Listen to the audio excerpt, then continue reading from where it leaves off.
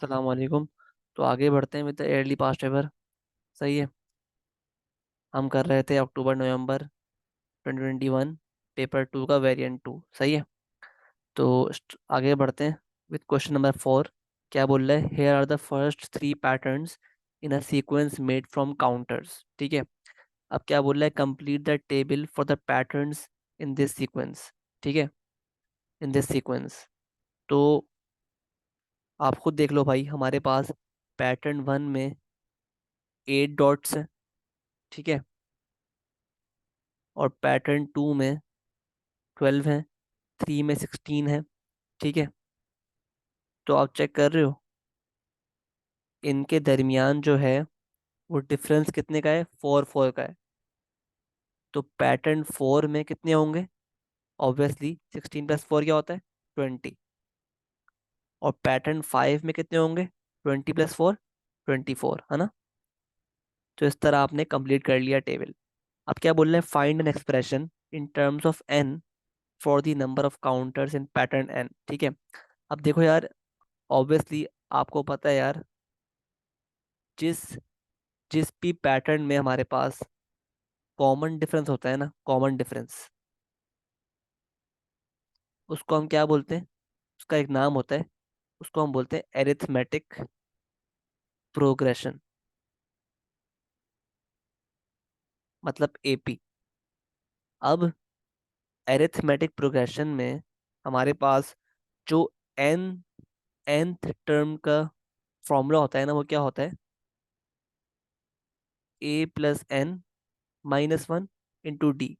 तो इसके थ्रू आप निकालते हो expression in terms of n for the nth term. ठीक है। तो क्या फॉर्मूला हो जाएगा? ए क्या होता है? ए होता है बेसिकली आपके पास first term, plus n - 1 × D क्या है? डी बेसिकली आपके पास वही कॉमन डिफरेंस है। 8 + 4n - 4। तो ये हो गया 4 + 4n। ठीक है। ये हो गया 4 + 4n आपकी है एक्सप्रेशन है इन टर्म्स ऑफ एन। ठीक है। आई होप क्लियर है। ठीक है। तो आगे बढ़ते हैं। अब क्या बोल रहा है? कह रहा है Jamal has 150 counters. He uses these counters to make the largest possible pattern P. Find the value of P. ठीक है। अब देखो, जमाल के पास कितने काउंटर्स हैं? 150 काउंटर्स हैं। ठीक है। सही है। तो he uses these counters to make the largest pattern possible, pattern P। ठीक है। तो अब मेरे पास कितने काउंटर्स हैं? जमाल के पास 150, राइट? सही है। तो अब देखो, पैटर्न P का मतलब है, वो बेसिकली P क्या है? P है पैटर्न नंबर की बात कर रहा है ना? पैटर्न नंबर की बात कर रहा है। और N क्या है? ठीक है। N क्या है? N नंबर ऑफ काउंटर्स है। सही है। N क्या है? N नंबर ऑफ काउंटर्स है। तो अगर मैं, हमने एक्सप्रेशन निकाला है पिछले पार्ट में इन terms of N for the number of counters in pattern N, है ना? राइट। तो मतलब जो जमाल के पास 150 काउंटर्स हैं, ठीक है, तो ये किस फॉर्मूले से निकालें? 4 + 4n बराबर है 150 के। तो हमें बेसिकली पैटर्न नंबर निकालना है, लार्जेस्ट पॉसिबल वैल्यू निकालनी है ऑफ द पैटर्न नंबर। ठीक है। तो n क्या है? बेसिकली n पैटर्न नंबर है। ठीक है। और 150 क्या है? वो काउंटर्स हैं। तो हम क्या करेंगे? इसको सॉल्व करेंगे। तो ये आ रहा है 4n = 150 - 4 क्या होता है? 146। और n बराबर है 146/4, जो कि आंसर आ रहा है 36.5। ठीक है। अब ऑब्वियसली जो हमारे पास पैटर्न P है, ये एक होल नंबर है, क्योंकि पैटर्न नंबर सारे हमारे पास क्या है? होल नंबर से ना। ठीक है। तो ऑब्वियसली हमें क्या करना पड़ेगा? इसको, हमारे पास जो लार्जेस्ट पॉसिबल वैल्यू आ रही है ऑफ द पैटर्न, जिसमें हमारे पास 150 काउंटर्स हैं, वो क्या आ रही है? वो है 36, ठीक है। हम बेसिकली इसको राउंड डाउन कर देंगे, ठीक है। तो पी क्या पी क्या हो रहेगा बेसिकली, पैटर्न पी कौन सा है, पी इज इक्वल टू 36, ठीक है। आई होप क्लियर है बात। क्योंकि आप खुद देखो, अगर आप इस 36 को डालते हो बैक इस फॉर्मूले में, तो आपके पास आंसर क्या आ रहा है, आपके पास आंसर आ रहा है 148। जो कि इसका मतलब क्या हुआ कि जमाल ने 148 काउंटर्स इस्तेमाल किए to build the pattern number 36, ठीक है। क्योंकि 37 पैटर्न के लिए उसको रिक्वायर्ड होंगे 150 से ज़्यादा नंबर, ठीक है, जो कि इसके पास नहीं है। तो इन काउंटर्स में Jamal can build the 36 pattern as the largest pattern possible, ठीक है। आई होप सब कुछ क्लियर है। आगे बढ़ते हैं।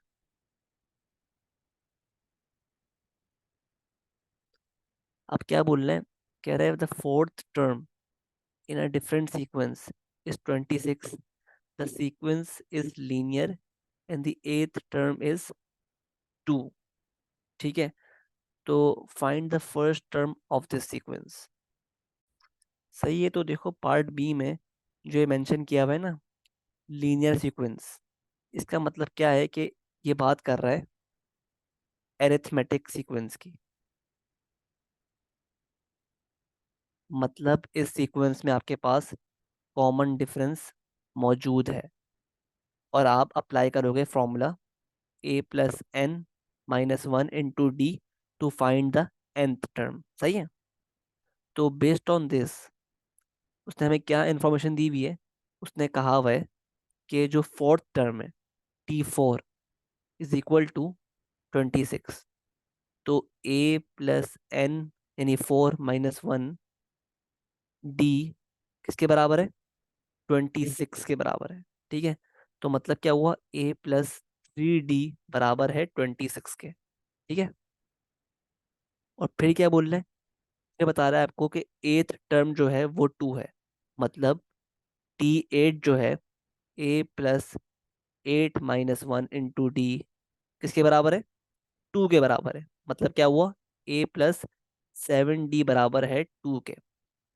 तो आप चेक कर रहे हो, आपके पास आपके पास बेसिकली क्या आ गया, आपके पास दो इक्वेशंस आ गई। Now what you can do is you can solve these two equations simultaneously to to get a and d. किस तरह, आप क्या करो,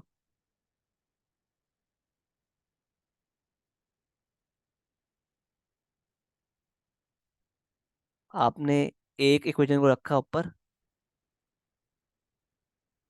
एक को रखा नीचे,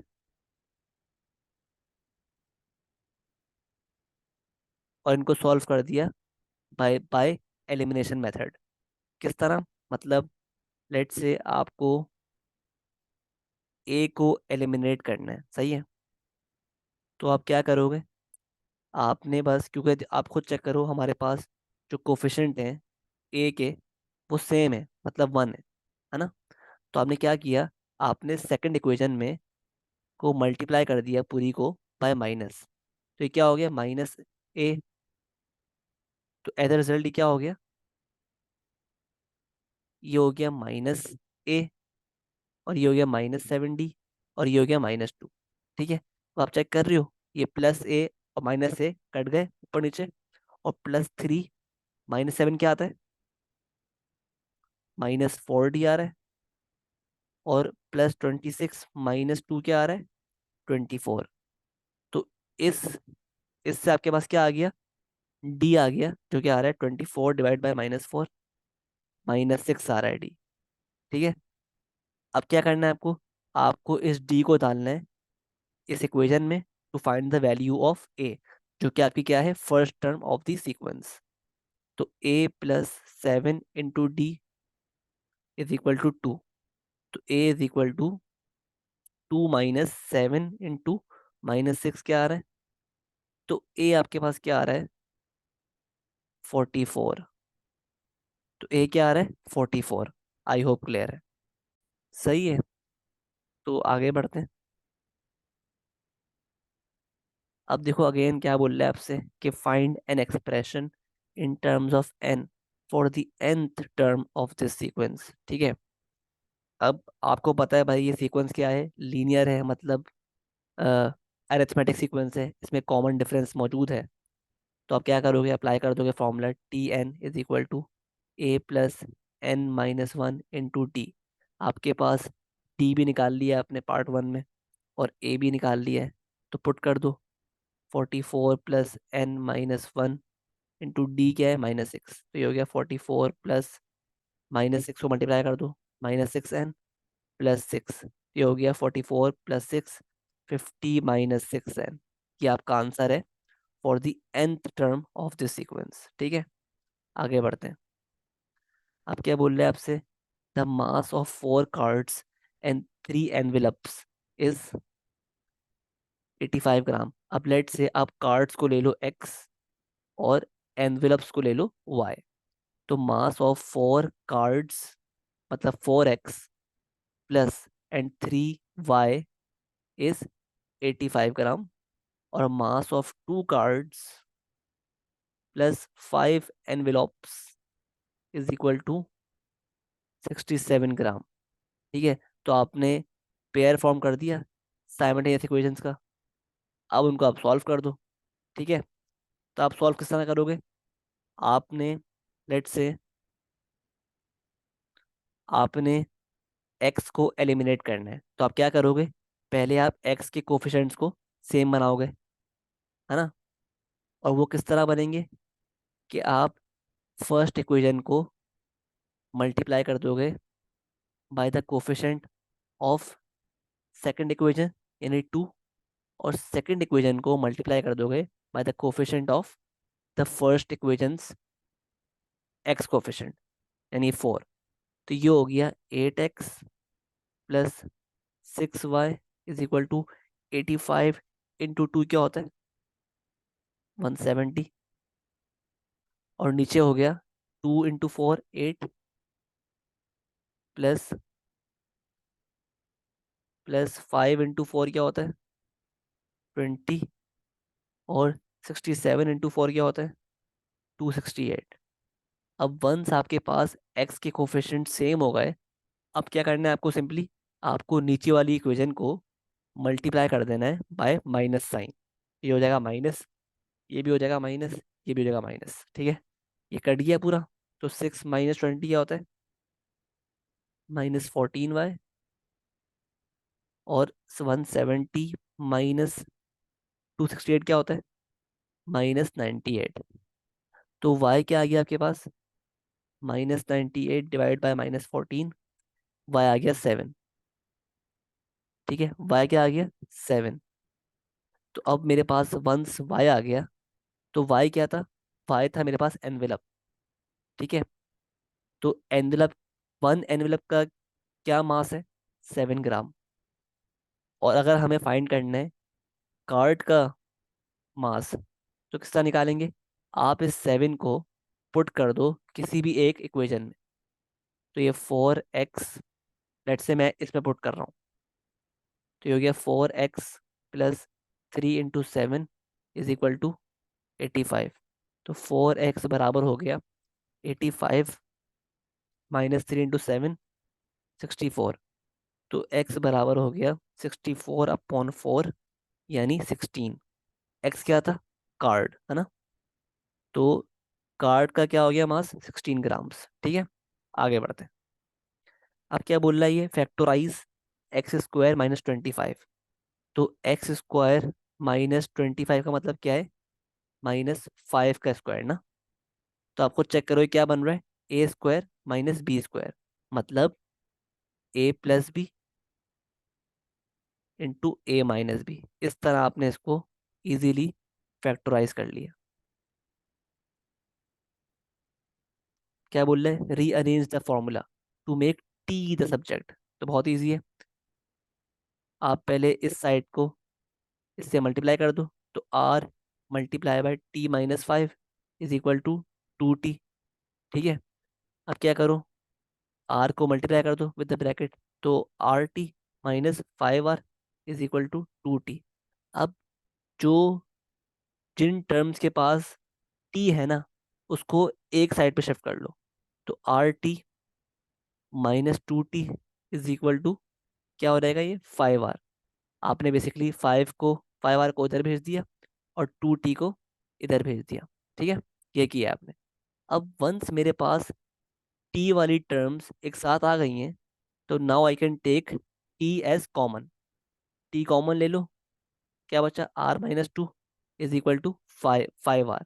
और टी को फिर सब्जेक्ट बनाने के लिए आप इस पूरे ब्रैकेट को इधर भेज दो, तो ये हो जाएगा T is equal to 5R/R-2। ये आपका आंसर है। अब क्या बोल रहे हैं, express as a single fraction. ठीक है, तो क्या करेंगे, पहले हम लेंगे इसका एलसीएम।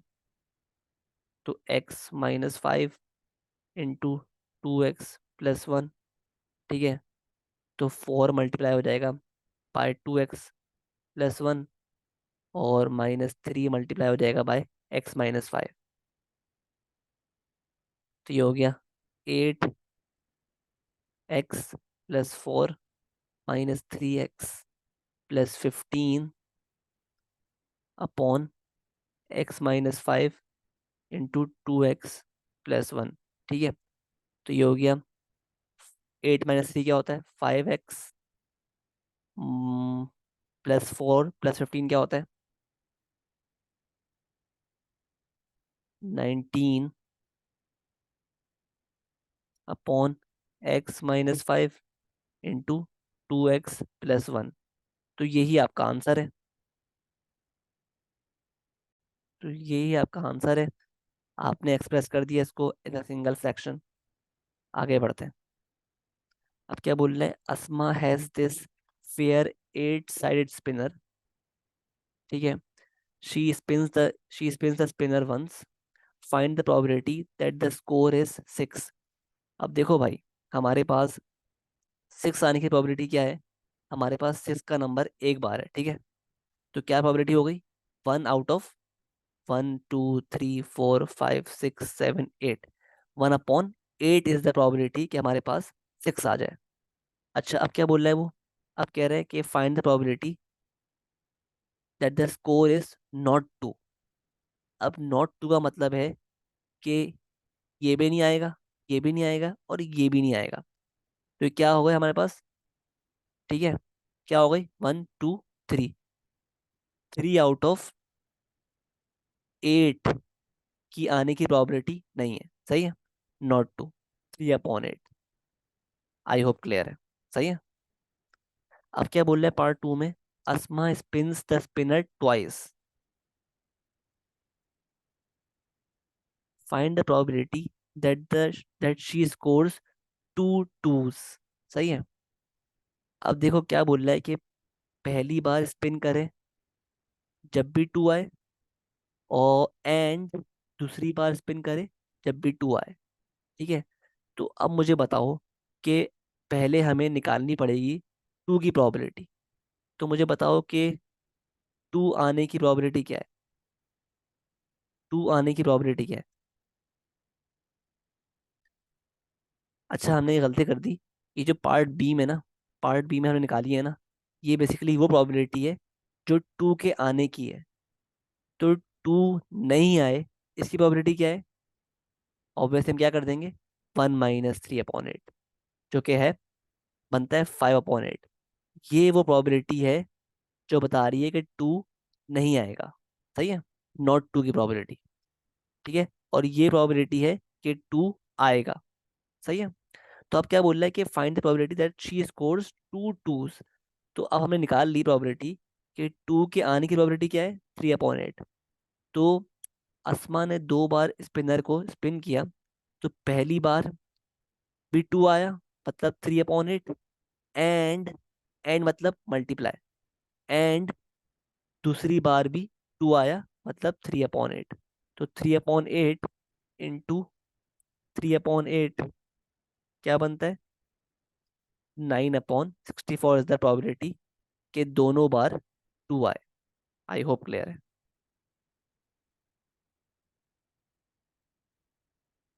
अब पार्ट बी में क्या बोल रहे हैं, लियोन हैज 7 रेड काउंटर्स और 6 ग्रीन काउंटर्स और 3 white counters. he has taken he takes 2 counters at random without replacement. ठीक है. Find the probability that the 2 counters are the same colour. अब देखो यार, लियोन ने 2 काउंटर्स लिए हैं, एट रैंडम पिक किए हैं, विदाउट रिप्लेसमेंट. मतलब क्या हुआ इसका, कि एक बार जो उठाया है ना, उसको वापस रिप्लेस नहीं किया. ठीक है. सही है. मतलब एक कम हो गया पूरे टोटल में से. सही है. ये मतलब होता है विदाउट रिप्लेसमेंट इवेंट्स का. सही है. तो अब क्या बोल रहा है कि find the probability that the 2 counters are the same colour. अब देखो, उसने कलर स्पेसिफाई नहीं किया, तो क्या पता जो लियोन ने 2 counters उठाए हैं वो दोनों रेड हो, और मतलब फर्स्ट भी रेड हो एंड सेकंड भी रेड हो, और फर्स्ट भी ग्रीन हो एंड सेकंड भी ग्रीन हो, और थ्री, और कहते हैं फर्स्ट भी वाइट हो एंड सेकंड भी वाइट हो. हमारे पास ये 3 कंडीशन बन रही है ना. तो अब हमारे पास, मुझे बताओ, रेड की प्रोबेबिलिटी क्या है. रेड कितने, 7. 7 अपॉन टोटल क्या है, 7 + 6 + 3, 16. 7/16. और ग्रीन की प्रोबेबिलिटी क्या है, 6/16. और मेरे पास वाइट की प्रोबेबिलिटी क्या है, 3/16. ठीक है. तो अब देखो भाई, तो पहला रेड उठाया उसने, क्या प्रोबेबिलिटी है, 7/16. एंड दूसरा भी रेड उठाया, क्या प्रोबेबिलिटी है, 6/15. क्योंकि यहाँ से भी एक कम हो गया और यहाँ से भी एक कम हो गया, है ना. या फिर और प्लस, पहला भी उसने उठाया ग्रीन, एंड दूसरा भी क्या उठाया, ग्रीन, और पहला उठाया वाइट एंड दूसरा भी उठाया वाइट. तो ये आपका आंसर होगा. सॉल्व करो इसको.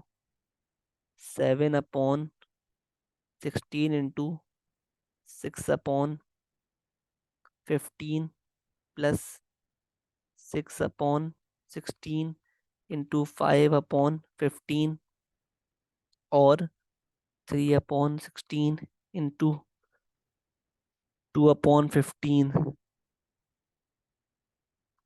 क्या बनता है आंसर. आंसर आ रहा है 13/40. ये आपका फाइनल आंसर है. ठीक है. अब आगे बढ़ते हैं. अब क्या बोल रहा है क्वेश्चन 7 में, कि P एक पॉइंट है और Q एक पॉइंट है, और क्यू आर दिया हुआ है आपको वेक्टर -4, 6. कह रहा है find the coordinates of the mid point of PQ. तो निकाल लेते हैं यार. क्या है, x1 + x1 + x2 मतलब -5 +3/2, y1 + y2/2. तो -5 + 3/2 क्या होता है, -1. और 7 + 2 क्या होता है, 4.5. ये आपका क्या आ गया, मिड पॉइंट ऑफ PQ.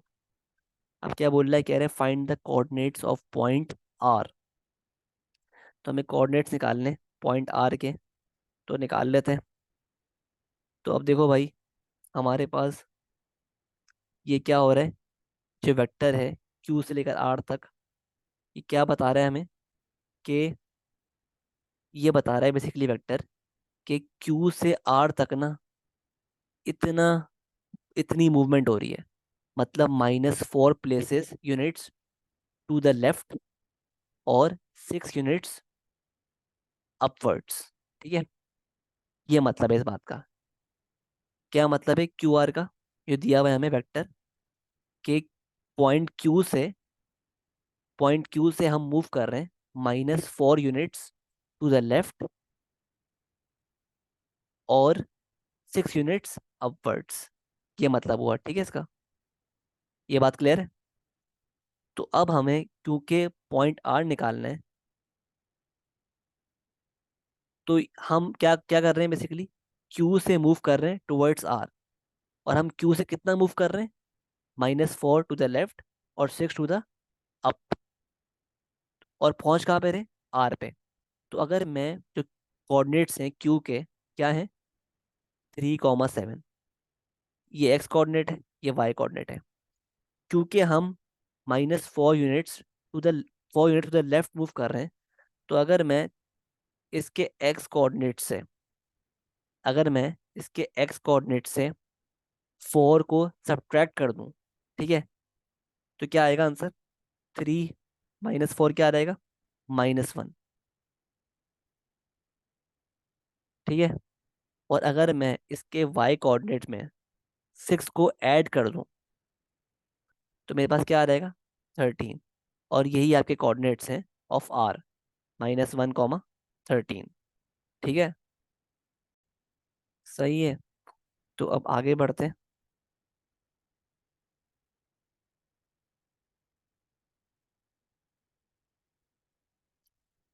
ठीक है। तो अब देखो भाई, हमें क्या निकालना है, हमें निकालना है क्यू आर का मैग्नीट्यूड। उसके लिए हमें पहले तो क्यू आर का वेक्टर निकालना पड़ेगा जो हमें दिया हुआ है। क्यू आर क्या है, -4, 6। तो हमें पता है भाई कि जब भी हमें मैग्नीट्यूड निकालना होता है तो क्या फॉर्मूला होता है इसका,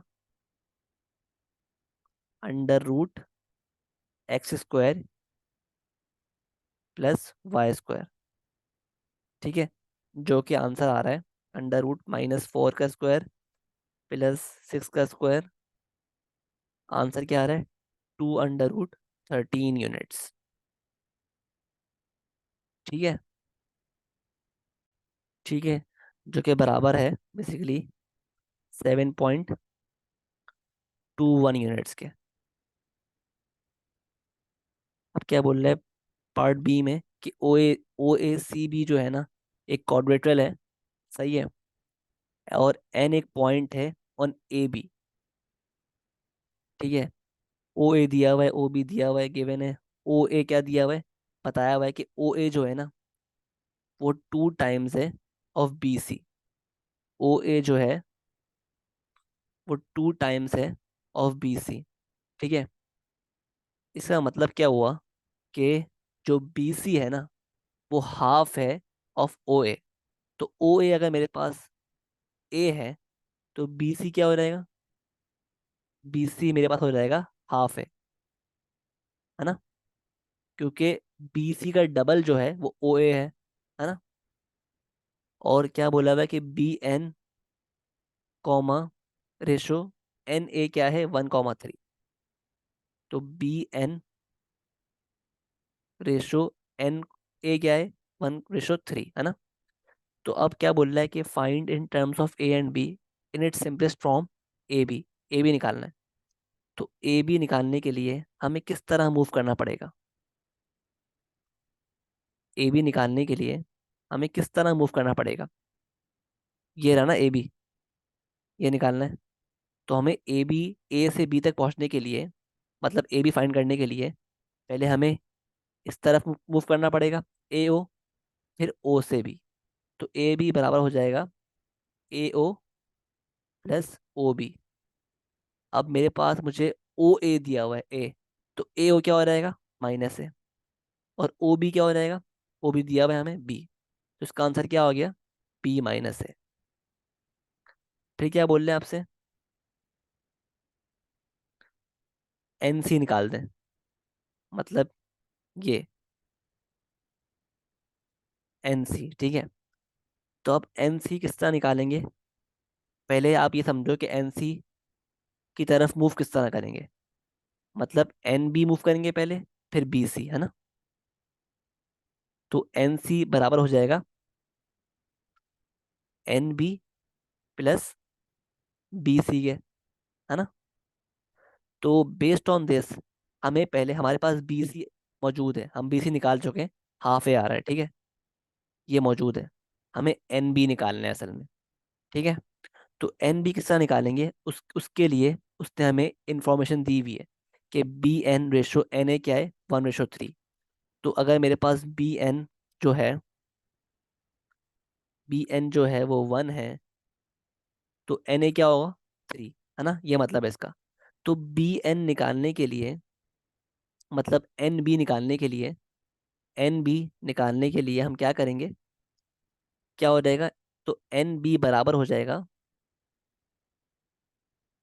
1 अपॉन द टोटल, मतलब 1 + 3, 1 अपॉन द टोटल यानी 4, multiply by the whole vector A B, जो कि हम निकाल चुके हैं पार्ट 1 में। क्या आ रहा है? B- है। तो एन बी बराबर हो गया 1/4 इंटू B - ए के। तो एन बी भी आ गया। वंस मेरे पास एन बी भी आ गया और बी सी भी आ गया, I can easily find N C. तो N C is equal to N B, यानी 1/4 into B - A plus B C, that is half है। इसको आप फर्दर एक्सपेंड करो, 1/4 B -1/4 ए प्लस 1/2 ए। तो -1/4 ए प्लस हाफ ए क्या बन रहा है? 1/4 है। तो आंसर क्या हो गया? 1/4 ए प्लस 1/4 बी। ये आपका आंसर है। ये आपका आंसर है फॉर एन सी। ठीक है, आई होप क्लियर है। ठीक है, आगे बढ़ते हैं टुवर्ड्स क्वेश्चन नंबर 8। अब 8 में क्या बोल रहे हैं? वॉल्यूम ऑफ कौन दी हुई है आपको, 1/3 πr² H। ठीक है, सब कुछ दिया हुआ है। डायग्राम भी दी हुई है। ठीक है, सारी मेजरमेंट्स दी हुई हैं आपको, शोन है डायग्राम पे। वॉल्यूम बताया हुआ है, इतना है भाई। Show that the height of the cup H centimetre is 8.57 correct to 2 decimal places. तो अब ये शो करना है। ठीक है, तो देखो यार, हमें पता है वॉल्यूम क्या है, 110। फॉर्मूला क्या है वॉल्यूम का? Half 1/3 πr² H। तो वॉल्यूम दिया हुआ है 110, और आर भी दिया हुआ है। मतलब आर क्या हो जाएगा? क्योंकि डायमीटर क्या है 7, तो आर क्या हो जाएगा? 3.5 दिया हुआ है हमें, और एच निकालना है।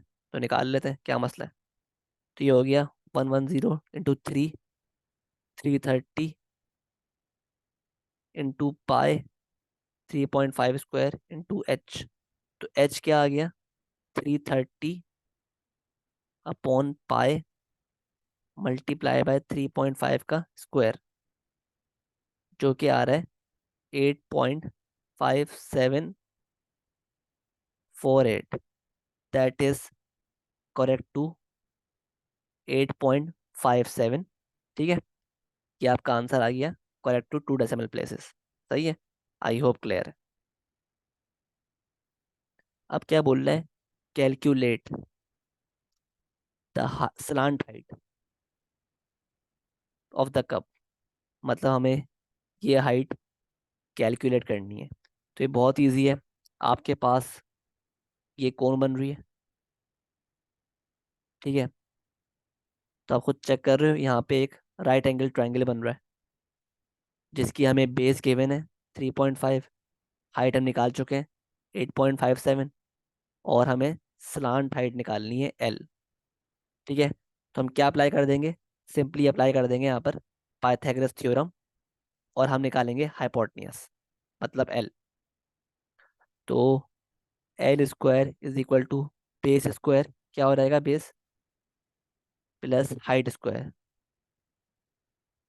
तो L क्या हो गया? √of 3.5 का स्क्वायर प्लस 8.557 का स्क्वायर, जो कि आ रहा है L9.25 सेंटीमीटर। ठीक है, ये आपका आ रहा है स्लांट हाइट यानी L। सही है, तो हमारे पास L क्या आ रहा था?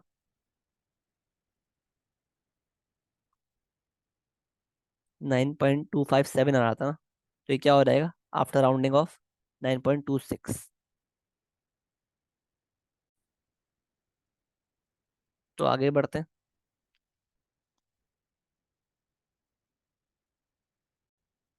अब क्या बोल रहे हैं, आपसे बोल रहे हैं the cup is cut along the line O A. ठीक है। It is opened out into a sector of circle with centre O and sector angle X degrees. Calculate the value of X. तो हमें x की value find करनी है। देख लेते हैं इसको। अब देखो यार, इसको सॉल्व करने के लिए एक बात समझना जरूरी है कि वो क्या बोल रहा है। वो कह रहा है कि उसने ना, जो कप है ना, इसको आपने लाइन ओ ए से काटना शुरू किया और इस तरह आपने पूरा इसको खोल लिया। ठीक है। तो अब इससे हुआ क्या, इससे बेसिकली इससे बेसिकली हुआ क्या कि जो पूरा आपका सरकमफ्रेंस था ना, सर्कल का, ये बन गया इस सेक्टर की आर्क लेंथ। खुल के, after opening this whole thing, आपने जो काट के खोला है ना इस कोन को, इस कप को, तो उससे हुआ ये कि ये जो सर्कल का सरकमफेरेंस है ना, ये खुल के बराबर हो गया इस सेक्टर के आर्क लेंथ के। तो हम क्या बोलेंगे कि circumference of the cone is equal to arc length of the sector.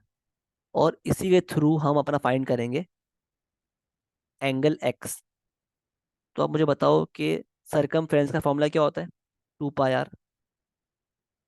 और जो आर्क लेंथ होती है सेक्टर की, उसका फॉर्मूला क्या होता है, थीटा अपॉन 360।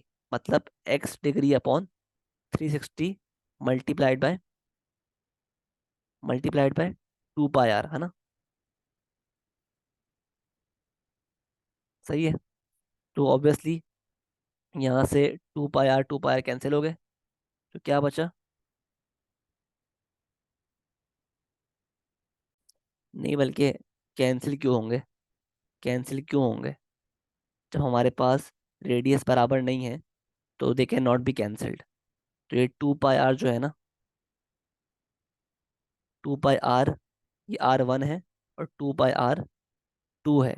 ये रेडियस किसकी है, ये इसकी रेडियस है। और ये रेडियस है हमारे पास इसकी रेडियस। ठीक है। तो ये हमारे पास R1 क्या है, 3.5।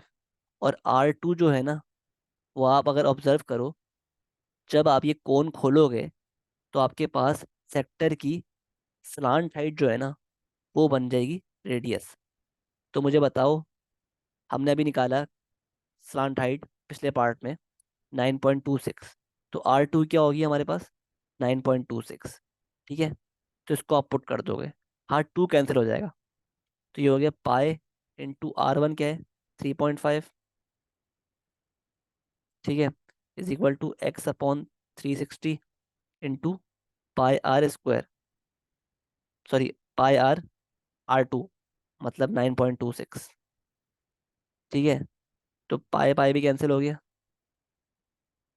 तो क्या बचा, 360 इंटू 3.5, 1260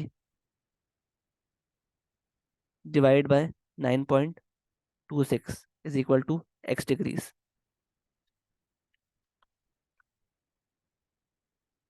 तो एक्स बराबर हो गया 136 डिग्रीज के। ठीक है। ठीक है, आई होप क्लियर है। आगे बढ़ते हैं। अब क्या बोल रहे हैं, a second paper is mathematically similar to the cup with volume 110 centimetre cube. The volume of the second cup is 165 centimetre cube. Calculate the diameter of the top of the second cup. तो अब देखो भाई, क्या बोल रहे हैं कि एक और कप है। तो हमारे पास ये कप था ना, ये कप था, इसकी वॉल्यूम क्या थी, ये कप 1 है, ठीक है, जो ओरिजिनल कप हमारा कप है, क्वेश्चन वाला कप। इसकी वॉल्यूम क्या थी, दी हुई थी क्वेश्चन में, 110 सेंटीमीटर, है ना।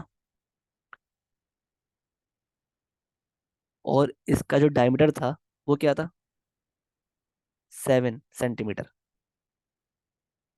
7 है ना। तो अब वो कह रहा है कि एक और कप आ गया, उसकी वॉल्यूम जो है ना, सेकंड कप की वॉल्यूम,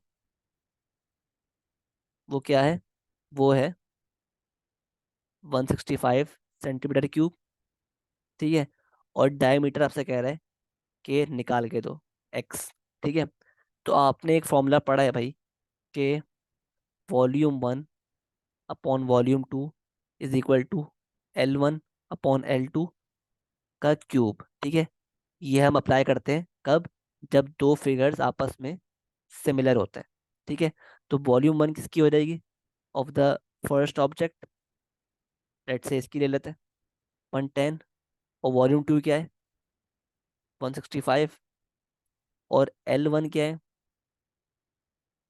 मतलब साइड 1, 7। और साइड 2 क्या है, एक्स का क्यूब। ठीक है। तो ये हो गया आपके पास 110 अपॉन 165 इज इक्वल टू 7 का क्यूब क्या होता है, 343 अपॉन एक्स क्यूब। तो ये हो गया 110 into X cube is equal to 343 into 165, 56595। और एक्स क्यूब क्या हो गया, 56595 अपॉन 110। और एक्स क्या हो गया, अंडर क्यूब रूट 56595 अपॉन 110। तो आंसर क्या आ रहा है एक्स का, 8.01। ठीक है। 8.012। ठीक है। तो इसको कर लेते हैं 8 सेंटीमीटर।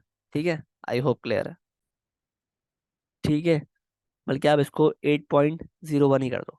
ठीक है। आगे बढ़ते हैं। अब क्या बोल रहा है क्वेश्चन 9 में, the diagram shows an open box in the shape of cuboid. The height of box is x, width of box is 5 centimetre more than it's height. तो विड्थ क्या हो जाएगी, हाइट एक्स है तो विड्थ क्या हो जाएगी, x+5।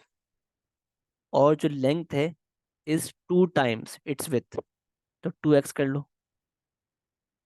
ठीक है। Write down expressions in terms of x for the width and the length of the box. Width क्या हो गई, x+5। लेंथ क्या हो गई, 2x। ठीक है। आगे बढ़ते हैं। अब क्या बोल रहे हैं, the external surface area of the open box is 210 centimetre. ठीक है। अब देखो, यहाँ पे जो वर्ड इस्तेमाल हुआ है ना, ओपन बॉक्स, ये बहुत इंपॉर्टेंट है। ओपन बॉक्स, ये क्यों इंपॉर्टेंट है, सही है, ये इसलिए इंपॉर्टेंट है, इसका मतलब क्या हुआ कि जो बॉक्स है ना, ये ऊपर से, ये जगह है ना ऊपर, ये पार्ट है, यहाँ से खुला हुआ है। तो obviously while calculating the area, हम इस साइड को शामिल नहीं करेंगे। ठीक है। आई होप क्लियर है। ठीक है। तो जब भी हम ओपन बॉक्स का, ओपन क्यूबॉइड का निकालेंगे ना सरफेस एरिया, तो हम ऑब्वियसली जो ऊपर की साइड है ना, उसको हम काउंट नहीं करेंगे। तो क्या फॉर्मूला हो जाएगा, फॉर्मूला हो जाएगा आपके पास लेंथ इंटू ब्रेथ, जिससे ये कवर हो गया,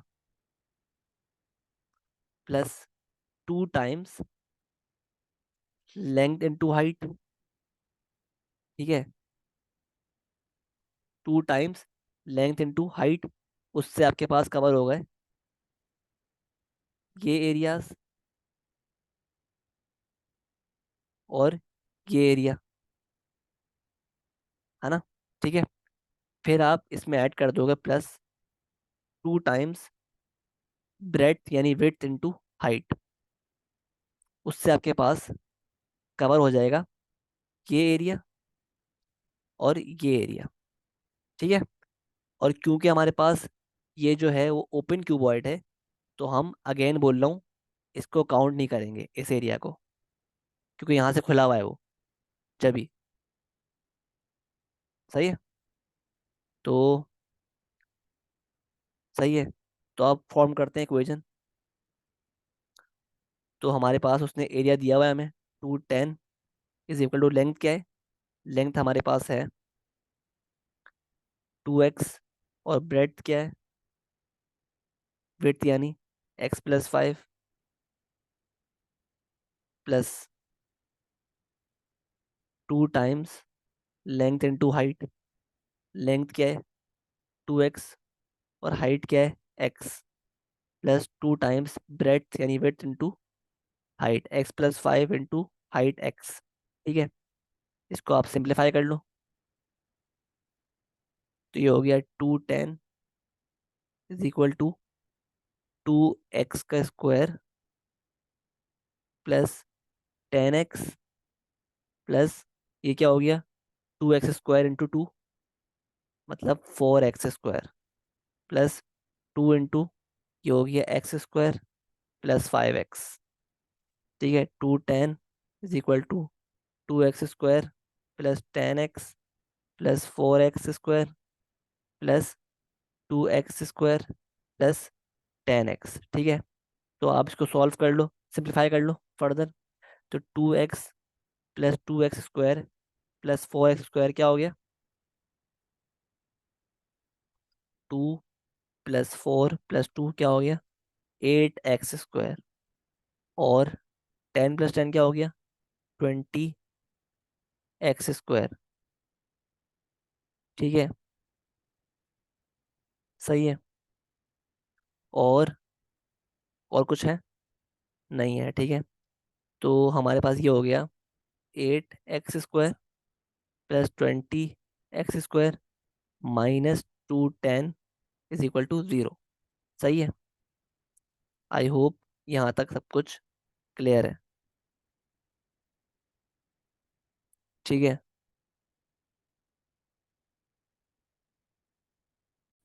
अच्छा हमने यहाँ पे एक ब्लेंडर कर दिया है, जिसकी वजह से हमारा जो इक्वेशन है ना, ये शो नहीं हो पा रही। वो क्या ब्लेंडर है, लेट्स सी।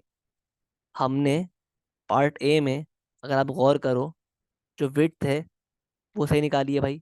क्या है width, 5 centimetre more than it's height. तो हाइट एक्स है, तो विड्थ क्या हो जाएगी, x+5। अब वो कह रहा है लेंथ क्या है हमारे पास, लेंथ हमारे पास क्या आ रही है, 2 टाइम्स इट्स विड्थ। तो विड्थ क्या है यहाँ पर, x+5। तो 2 टाइम्स ऑफ विड्थ क्या हो जाएगा, 2x+10। तो हमारे पास जब भी जो लेंथ है वो क्या है, लेंथ 2x नहीं है, बल्कि लेंथ है 2x+10। तो हमने ये मेजर ब्लेंडर मारा है। सही है। तो अगर हम इसको देख के करें दोबारा से,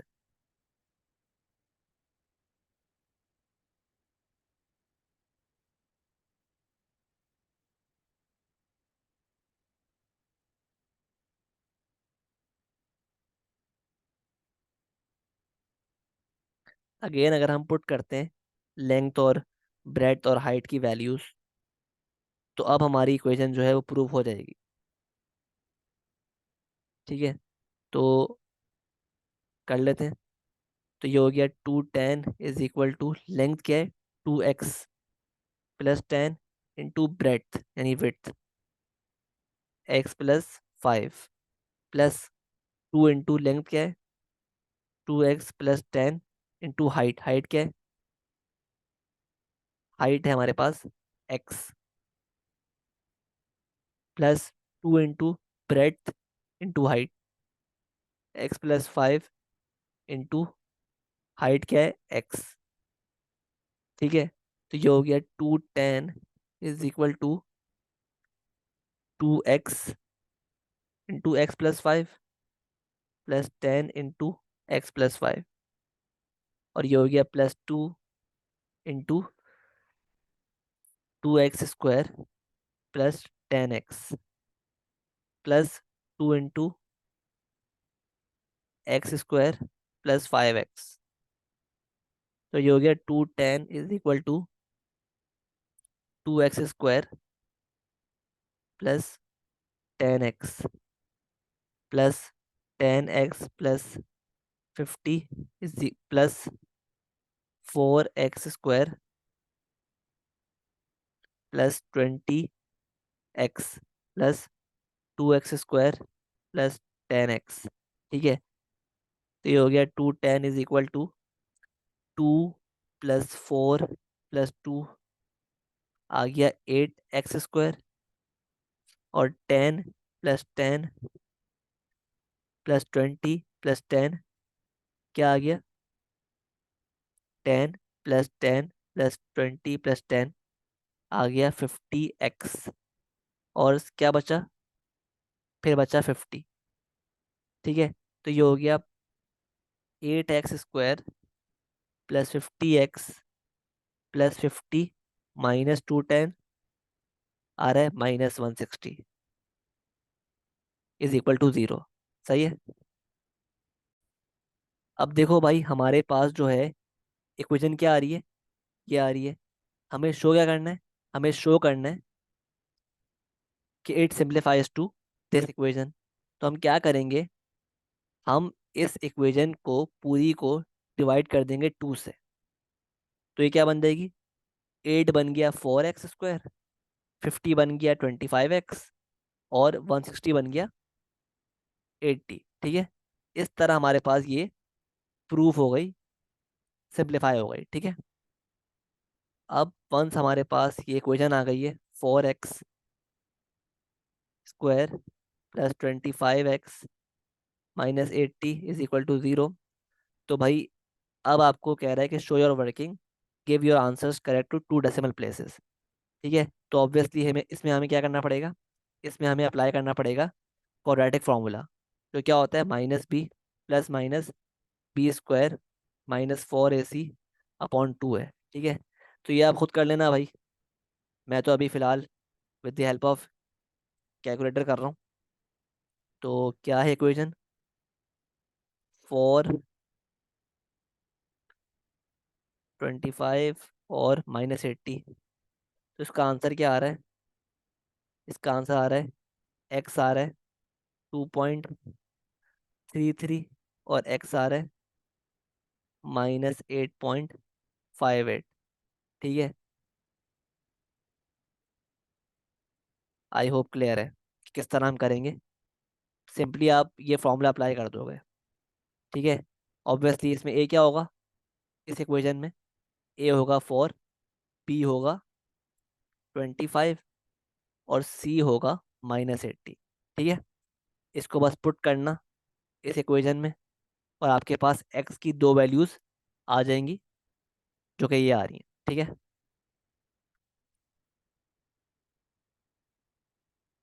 अच्छा अब क्या बोल रहे हैं, कह रहे हैं भाई कि calculate the volume of the box. देखो वंस हमारे पास एक्स की वैल्यू आ गई, we can now calculate the volume of box. अच्छा अब देखो, एक्स जो है हमारे पास क्या है, क्या है असल में, हमारे पास एक्स जो है वो है हाइट, राइट। हमारे पास एक्स जो है वो क्या है, हाइट। तो याद रखो भाई, ऑब्वियसली हाइट हमेशा क्या होती है, पॉजिटिव। तो हम क्या करेंगे, हम जो एक्स की नेगेटिव वैल्यू आई है ना, उसको हम रिजेक्ट कर देंगे for this calculation in part D. ठीक है, तो हम लेंगे एक्स की ये वाली वैल्यू। ठीक है, 2.33। तो एक्स बराबर हो गया 2.33 के। ठीक है, तो अब हमें निकालना है वॉल्यूम। तो हम, आपको पता है भाई वॉल्यूम का फॉर्मूला क्या होता है, in cuboid, length into breadth into height. तो लेंथ क्या है हमारे पास, हमारे पास लेंथ है 2x + 10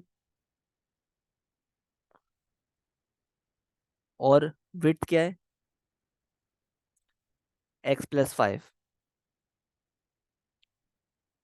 और हाइट क्या है, x। ठीक है, तो 2 × 2.33 + 10 इंटू 2.33 + 5 इंटू 2.33। ठीक है, इसको आपको सॉल्व करना है, 2.2 इंटू 2.33 + 10। ठीक है,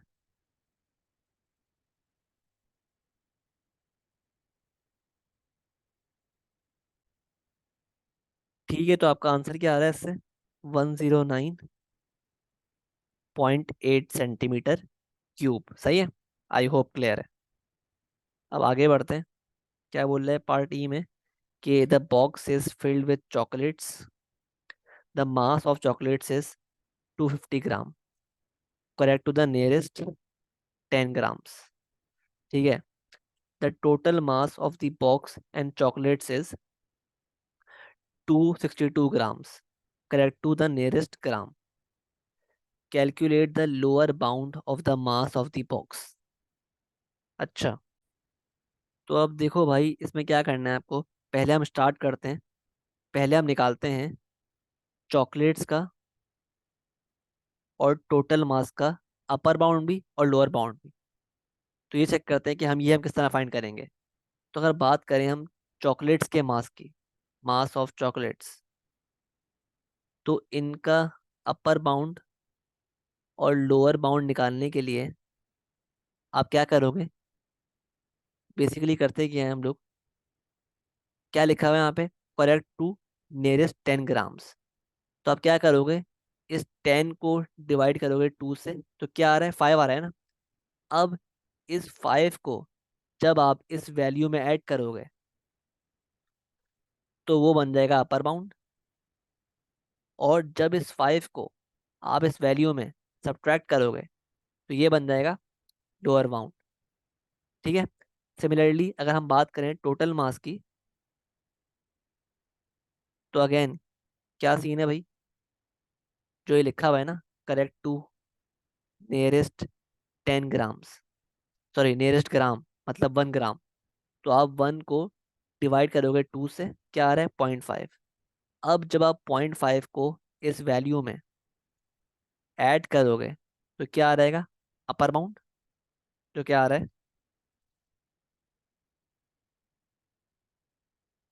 ठीक है। और जब आप इस वैल्यू में 0.5 को सब्ट्रैक्ट करोगे तो क्या आ रहेगा, लोअर बाउंड, जो क्या आ रहा है, 261.5। ठीक है। अब देखो क्या बोल रहा है वो, कि उसने बता दिया भाई एक बॉक्स है, उसमें चॉकलेट्स फिल्ड हुई हुई हैं। ठीक है। इन चॉकलेट्स का मास बता दिया उसने भाई, ये रहा। और जो टोटल मास है ना मिलाकर, इन दोनों का, चॉकलेट्स और बॉक्स का मिलाकर, वो इतना है। अब वो कह रहा है कि मुझे बताओ सिर्फ lower bound of the mass of the box. अब देखो हमें बॉक्स का मास निकालना है ना, तो हम क्या करेंगे, हम इस टोटल मास में से इस चॉकलेट का मास जब माइनस करेंगे तो हमारे पास क्या आ जाएगा, हमारे पास आ जाएगा इस बॉक्स का मास। लेकिन क्योंकि हमें बॉक्स का बॉक्स के मास का लोअर बाउंड निकालना है, तो हम क्या करेंगे, लोअर बाउंड मतलब क्या होता है कि लोएस्ट पॉसिबल वैल्यू है ना। तो ये निकालने के लिए हमें टोटल मास का लेना पड़ेगा, टोटल मास का लेना पड़ेगा लोअर बाउंड, और चॉकलेट्स के मास का लेना पड़ेगा अपर बाउंड। क्योंकि ये करने से ही हमारे पास लोएस्ट पॉसिबल वैल्यू आएगी। समझ रहे हो बात को, यही करने से हमारे पास लोएस्ट पॉसिबल वैल्यू आएगी। कि अगर हम टोटल मास के लोअर बाउंड में से चॉकलेट का अपर बाउंड माइनस कर दें तो हमारे पास बॉक्स के मास का लोअर बाउंड आ जाएगा। क्लियर है।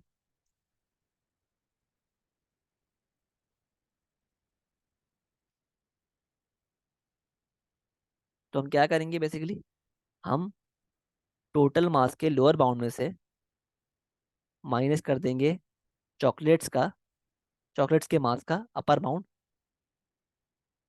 तो इससे हमारे पास क्या आ रहा है,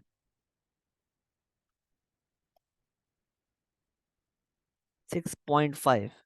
तो आपके पास ये है basically lower mass, sorry lower bound of the mass of the box. I hope clear है। आगे बढ़ते हैं और ट्राई करते हैं अपना last question of this paper. क्या बोल रहा है कि ए बी सी डी जो है वो एक फील्ड है on horizontal ground, the bearing of B from A is 70 degree. तो bearing of B from A मतलब ये जो है बेयरिंग वो है 70 डिग्री। और bearing of D from A is 125। Bearing of D from A मतलब ये जो पूरा वो है,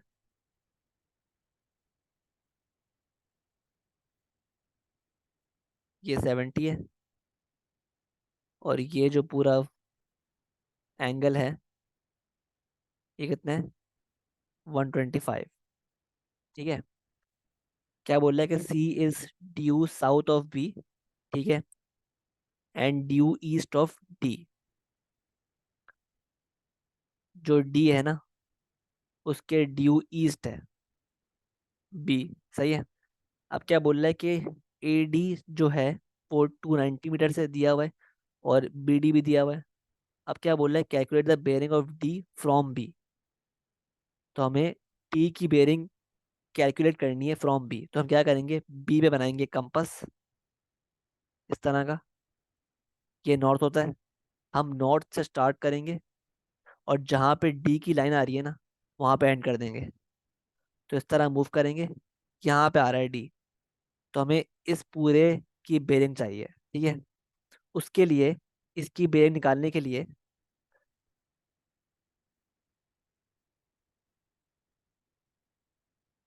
इसकी बेयरिंग निकालने के लिए हमें ये एंगल पहले फाइंड करना पड़ेगा,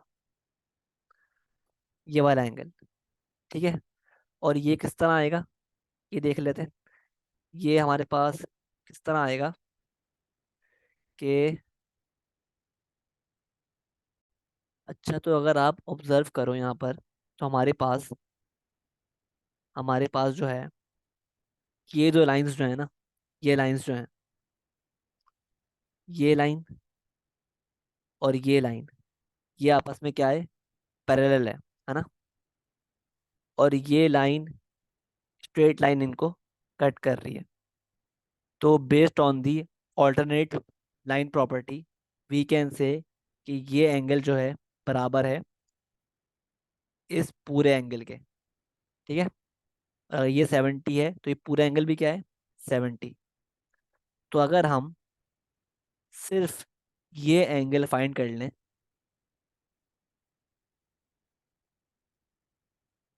तो हमारे पास ये एंगल क्या क्या होगा, ऑटोमेटिकली आ जाएगा। सही है।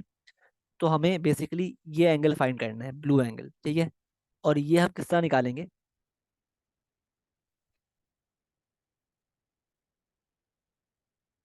और ये हम किस तरह निकालेंगे, ये देखना है। तो इसके लिए हम अप्लाई करेंगे, और क्योंकि हमारे पास ये पूरा क्या है, 125, तो ये क्या हो जाएगा, खाली 125 माइनस 70, 55। ठीक है। तो इसके लिए हम अप्लाई करेंगे साइन रूल। ठीक है, क्योंकि हमें ये एंगल फाइंड करना है, ये एंगल फाइंड करना है हमें। तो हम क्या करेंगे, अप्लाई करेंगे साइन रूल। तो साइन 55 अपॉन ये एंगल अननोन है, X is equal to sine, बल्कि साइन रूल भी यहाँ पे अप्लाई नहीं होगा, क्योंकि यहाँ पे दो एंगल्स नहीं गिवन है।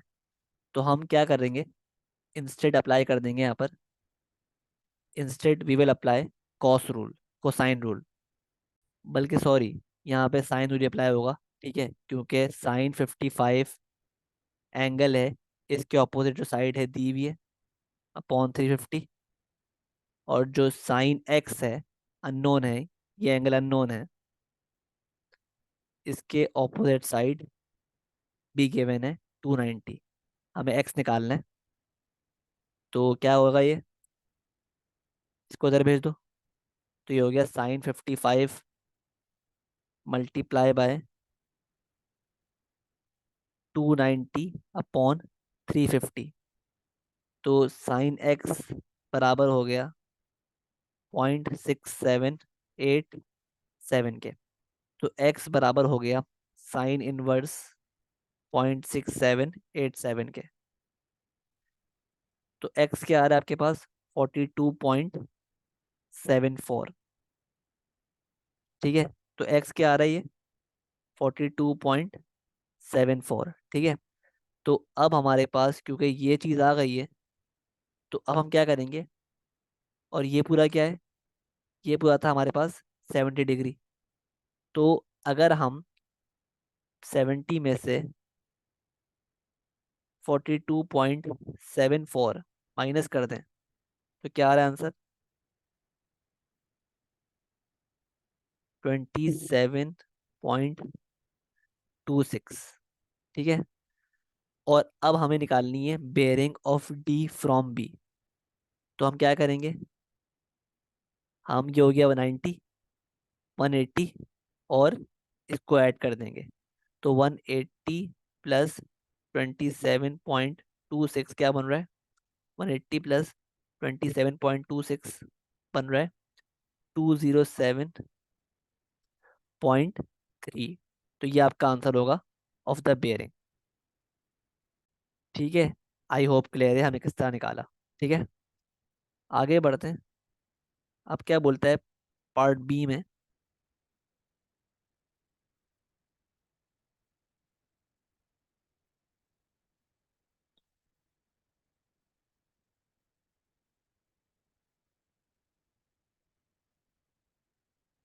पार्ट बी में हमसे बोलता है कि a vertical mast, a vertical mast is positioned at D. यहाँ पे डी पे एक वर्टिकल मास्ट वर्टिकली इस तरह ऊपर, मतलब out of the page position की गई है, क्योंकि ये जो फील्ड है ना, ये जो है, ये फील्ड है बेसिकली हॉरिजॉन्टल ग्राउंड पे, है ना। तो ये जो वर्टिकल मास्ट है ना, ये बेसिकली अपवर्ड्स इस तरह, मतलब आपकी तरफ आउट ऑफ द पेज ये निकल लिया, ठीक है। तो अब क्या बोल रहा है कि the angle of elevation of the top of the mast from A is, मतलब ए से जो एंगल ऑफ एलिवेशन है ना इस तरह इस मास्ट का, वो हमें बताया हुआ है 10 डिग्री, ठीक है। Calculate the angle of elevation of the top of the mast from point C. और हमें निकालना क्या है, हमें निकालना ये एंगल ऑफ एलिवेशन है फ्रॉम पॉइंट सी, ये निकालना है, ठीक है। तो बेसिकली हम देख लेते हैं इसको। हमें क्या दिया हुआ है कि समझ लो ये पॉइंट डी है लेवल ग्राउंड पे, इससे वर्टिकल एक मास्ट जा रही है, पोजिशन है, ठीक है। और जो पॉइंट ए है ना ऑन लेवल ग्राउंड, उससे जो इसका एंगल बन रहा है ना ऑफ एलिवेशन, वो क्या बन रहा है? 10 डिग्री। और जो पॉइंट सी है ना, उससे बेसिकली जो एंगल ऑफ एलिवेशन बन रहा है ना, वो एक्स से हमें निकालना है, ठीक है। तो हमें क्या दिया हुआ चीज़ है, और हमें ए डी दिया हुआ है 290, ठीक है। और हमें डी सी नहीं दिया हुआ, ठीक है। तो हमें इसमें से क्या चीज़ें गिवन है, देख लेते हैं। सही है, तो हमें अगर ये एंगल फाइंड करना है ना, तो हमें निकालना पड़ेगा पहले ये वर्टिकल हाइट और जो साइड है डी सी, ठीक है। तो वर्टिकल हाइट निकालने के लिए हम क्या करेंगे, हम इस्तेमाल करेंगे इन दोनों वैल्यूज़ को। और हमें पता है भाई ये जो एंगल है इसके ऑपोजिट साइड है ये वाली, और इस एंगल के एडजेसेंट साइड ये वाली है। तो मेरे पास ऑपोजिट हमें निकालना है, और एडजेसेंट दिया हुआ है। तो क्या अप्लाई करेंगे यहाँ पर, यहाँ पे अप्लाई करेंगे हम कॉस थीटा। तो कॉस थीटा मतलब cos 10 degree is equal to adjacent upon high, upon sorry, नहीं यहाँ पे अप्लाई करेंगे हम टेन थीटा,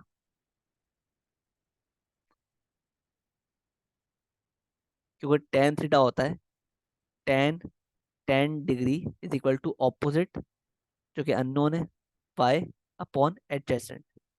तो वाई क्या आ गया,